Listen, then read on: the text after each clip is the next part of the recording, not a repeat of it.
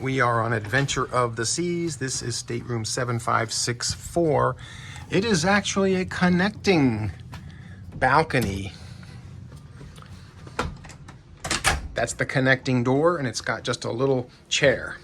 So the big difference in this room versus a standard balcony is you wouldn't have that connecting door, so you'd have a couch, like a double couch.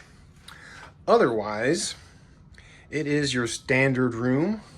Up here in the front, you have your typical closet, your typical bathroom. Not bad. I missed the couch. Here is drawer space, your little mini fridge. Your safe is right here. It's an old one. Okay, you have some shelves up here. It's one of the older ships in the Voyager class. You have the Voyager, then you have Adventure, then you had Navigator, and then you had Mariner.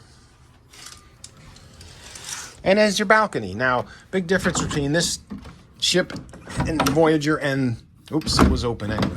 Let me open this door.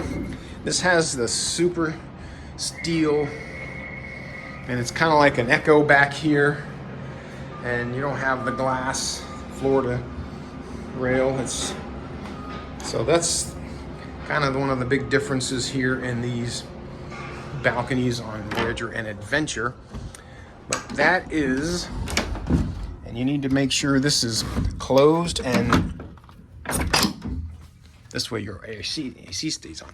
So that is your balcony, connecting balcony, and I usually will avoid these just in case someone next to you is noisy.